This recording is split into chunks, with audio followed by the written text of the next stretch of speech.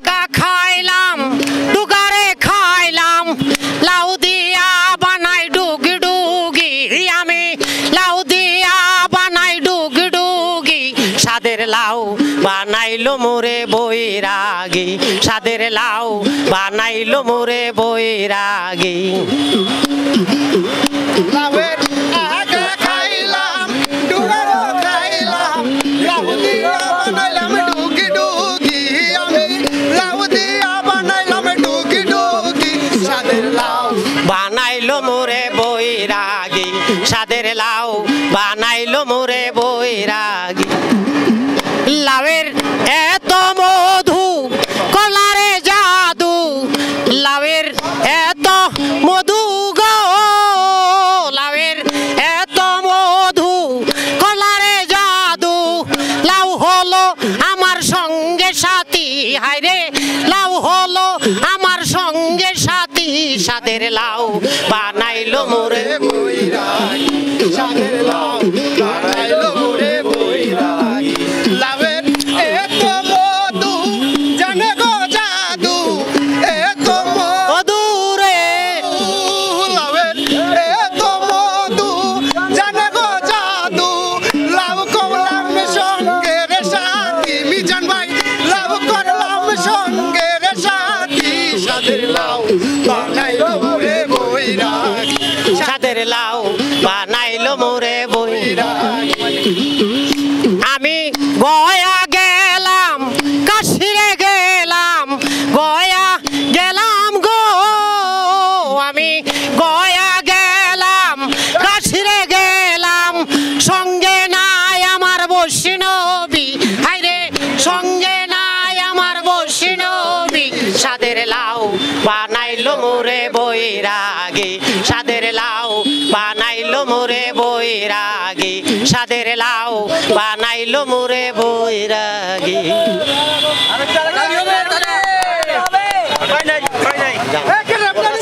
ভাইয়া হচ্ছে আমি আসছিলাম 2-3 দিন আগে মেবি হচ্ছে ছবি আঁকার জন্য সেদিন অনেক বৃষ্টি হয়েছিল অলরেডি একটা পেন্টিং করেছিলাম আরেকটা ভাবছিলাম যে ভাইয়ার আমি একে দিয়ে যাবো ওই দিন টাইম পাই নাই বৃষ্টির কারণে আঁকতে পারি নাই আজকে এটা ভাইয়ের জন্য নিয়ে আসছি জাস্ট ভাইয়ের একটু ছোট একটা গিফট দেওয়ার জন্য এটা কার হাতে আর্ট করেছে এটা আমার আঁকা আমি একজন চিত্রশিল্পী হ্যাঁ আমি একজন চিত্রশিল্পী তা মিজান ভাই ছবি আর্ট করলেন কেন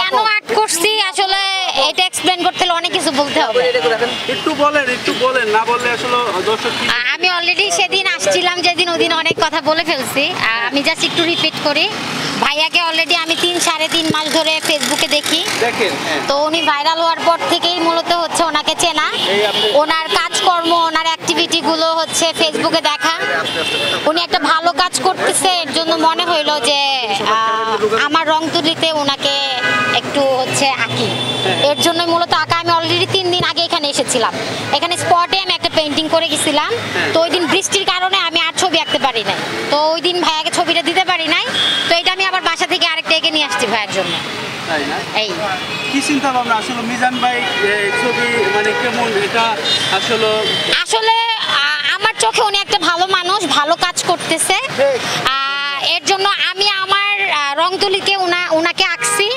আমার ছোট একটা গিফট ওনাকে দিয়েছি ভাইয়া যদি এটা যত্ন করে বাসায় রাখে এটা হচ্ছে আমার ভালো লাগবে বাকিটা জানি না ভাইয়া এটাকে কি করবে এটার স্থান কোথায় থাকবে আসলে মিজান ভাইয়ের অনুভূতি বাসায় নিয়ে রাখুন আল্লাহ বাঁচাইলে মিজান ভাই বাসায় নিয়ে রাখুন আসলে ছবি আমরা থাকুন না আপনারা থাকবেন না এসে দেউন আচ্ছা মিজান ভাই এই যে আপনার ছবি আসলে একজন আপু আসলে একে নিয়ে আসলো এটা আপনার কি অনুভূতি বা কেমন লাগছে আমার খুব ভালো লাগছে হ্যাঁ এটা নিয়ে বাসায় নিয়ে তুমি টান গিয়া তাই এটা কি আপনার মতো লাগে মনে হচ্ছে হ্যাঁ হ্যাঁ হ্যাঁ 100% মিজান ভাই দেখ রাতে থাকেন নাকি হ্যাঁ এরকম ইচ্ছা লাগে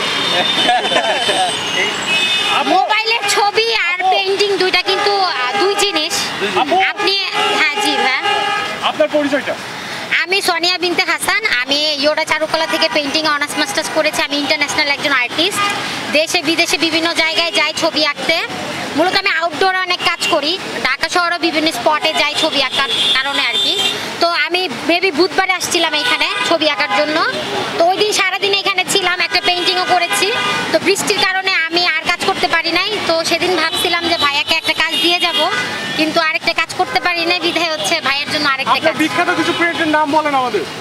আমার বিখ্যাত প্রিন্টের নাম, আচ্ছা একটা আছে হচ্ছে কুরুচিপূর্ণ কথা, এটা হচ্ছে একটা ছবির নাম আমার।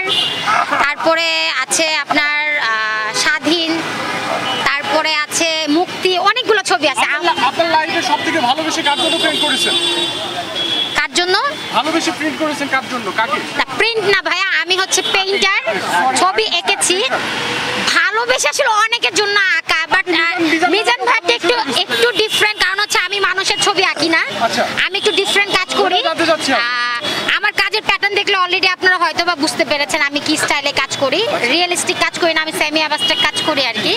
তো মানুষের ছবি আসলে ওইভাবে আমার আঁকা হয় না, শুধু ইউনিভার্সিটি পড়াকালীন হচ্ছে কোর্স ছিল মানুষের ছবি আঁকতে হবে, তাই আঁকতাম। তো এখন খুব রেয়ার, বাট এই টাইপের কিছু একটা করি জাস্ট আদলটা বোঝানোর জন্য।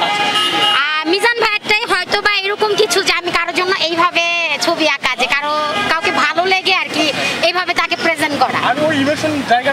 Right right. এছাড়া অনেক বিখ্যাত মানুষ আছে, আসলে ওইভাবে আমার এখন পর্যন্ত তেমন কাউকে আমি আঁকি নাই। আচ্ছা, আরেকটি প্রশ্ন, আমরা ভিডিওটা যখন আপলোড করব অনেকেই বলবে যে আপনি মিজান ভাইকে ছবিটা দিয়ে ভাইরাল হতে আসছেন। ভাইরাল হওয়ার আসলে কিছু নাই, আমার প্রোফাইল ঘাটলে জানতে পারবে আমি কে। ঠিক আছে, অলরেডি আমি মিজান ভাইয়ের সাথে আরো একবার এসে দেখা করে গেছি, কথা বলে গেছি। আমার নাম হচ্ছে সোনিয়া বিনতে হাসান, আমি আমার কার্ড দিয়ে দিব। আপনার লিঙ্কডইন বা কোনো সোনিয়া বিনতে হাসান দিলে সার্চ দিলে গুগল ফেসবুকে পাওয়া যাবে, ইউটিউবেও আছে। আমার একটা গ্রুপ আছে, ওটার নাম হচ্ছে হোয়াইট পেপার, ওটা একটা ইন্টারন্যাশনাল আর্টিস্ট গ্রুপ। ফেসবুক আইডিটার নাম বলেন আপনার। সোনিয়া বিনতে হাসান, SONYABINTAHASAN। ওইটা আসলে আমি আমার লাইফে প্রথম হয়তো বা কাউকে এতটা ভালোবেসে বা ভালো লেগে এইভাবে ছবি এঁকে গিফট করেছি। আমি মূলত ছবি খুব কম মানুষকেই দেই, আমার নর্মালি হচ্ছে এক্সিবিশনে ওইখান থেকে ছবি টবি বিক্রি হয়, কিন্তু এইভাবে গিফট করা খুব কম হয় আসলে। আচ্ছা, মিজান ভাইয়ের কাছে জানতে চাই, এই যে আজকে উনি আপনাকে একটা আর্ট দিল, এবং পূর্বে কি কেউ আপনাকে দিয়েছে এরকম? না, এরকম ছবি কেউ দেয় না। মানে এটা কি একটু এক্সপেন্সিভ? দিছে গায়ের গেঞ্জি, লুঙ্গি, জামা কাপড়, গামছা, সংসারের জিনিসপাতি এটি দিছে, এটি কেউ দেয় না। এই যে মিজান ভাই, আপনাদের এক একজনে এক একটা আসলে উপহার দিচ্ছে বা যে যার মতো আসলে দিচ্ছে, এটা কিভাবে আসলে গ্রহণ করছেন আপনি? এটা আমার ভালো লাগে, এটা টিয়া দিয়ে হইতো না, যেটা হইতাছে বর্তমানে। আগারকার ভাইরাস দেখি যে গেছে একদম ওই যে বুড়িগঙ্গা নদীতে, আপনি রয়ে গেলেন। আমি সবার এক লগে মিলাইলে তো হইব না, এন যে এত মানুষ আছে সবাই কি একরকম নাই। এন 50 জন আছে, 50 জনের মন মানসিকতা 50 রকম, 50 জনের চেহারা 50 রকম, হিসাবও 50 রকম, সবার এক লগে মিলাইলে হইব না। আমি এখানে একটা কথা বলতে চাই, ফটোগ্রাফি আর পেইন্টিং দুই জিনিস। হ্যাঁ, মিজান ভাই যদি হারিয়েও যায়, মিজান ভাইকে যদি কেউ ভুলেও যায়, আমার এই চিত্রকর্ম যদি বেঁচে থাকে, মিজান ভাইয়ের কাছে যদি থাকে, সেটা তো আছে, আমার কাছেও আছে, পার্সোনালি ফটোগ্রাফি আছে, অলরেডি আমার বাসাও একটা আঁকা আছে, ওনারই আছে। তো এই ছবি আজীবন থাকবে। তো এই ছবি মানুষকে অন্ততপক্ষে মিজান ভাই মনে রাখতে পারবে যে না, কেউ একজন তাকে ভালোবেসে হচ্ছে নিজের হাতে এঁকে দিয়ে গেছে। আচ্ছা, আরেকটা প্রশ্ন, এই যে ছবিটা আপনি আর্ট করলেন, কতটুকু সময় লেগেছে আর কতটা টাকা আপনার খরচ হয়েছে? না, টাকাটা আসলে এখানে মুখ্য ইস্যু না, টাকার ব্যাপারটা আমি এখানে বলতে চাচ্ছি না। এটা তো মূলত পুরোটাই আমি হচ্ছে আমার একটা ভালো লাগা থেকে ভাইয়াকে গিফট করা। আমি জাস্ট আমি যদি আপনি টাকার কথা বলতে চাই, আমি গুলশান বনানীতে আমার বিভিন্ন গ্যালারিতে আমার পেইন্টিং সেল হয়। তো এই সাইজের যদি আপনি একটা পেইন্টিং ওইখান থেকে আমার কিনতে যান, সর্বনিম্ন প্রাইস হচ্ছে 15,000 টাকা, মানে এই সাইজের একটা পেইন্টিং। তো এটা এখন আপনারা জাজ করে নেবেন যে আমার ছবির মূল্য কি বা কি আসে বিষয়। তো এখানে আমি টাকার কথা উল্লেখ করতে চাচ্ছি না। কতটুকু সময় লেগেছে? সময় খুব বেশি সময় লাগে নাই, ঘন্টাখানিক লেগেছে। তাহলে আপনার 1 ঘন্টা শ্রমের মূল্য 15,000 টাকা? না, পেইন্টিং এর মূল্য আসলে টাকা দিয়ে হচ্ছে জাজ করা যায় না, এটা আর্টিস্টের উপর নির্ভর করে। আমি আমার ছবি 500 টাকাও সেল করতে পারি, 5 টাকাও সেল করতে পারি, 5 লাখ টাকাও সেল করতে পারি, এটা সম্পূর্ণ আমার উপর ডিপেন্ড করবে। এটা আমার শিল্পকর্ম, এটা আমি কাউকে ফ্রিতেও দিতে পারি, 5 টাকাতেও সেল করতে পারি, 5 লাখ টাকাতেও সেল করতে পারি। আপনি যদি আরো চিত্রশিল্পীদের সাথে কথা বলে থাকেন, তাহলে হচ্ছে আপনার এই জায়গাটা ক্লিয়ার হবে।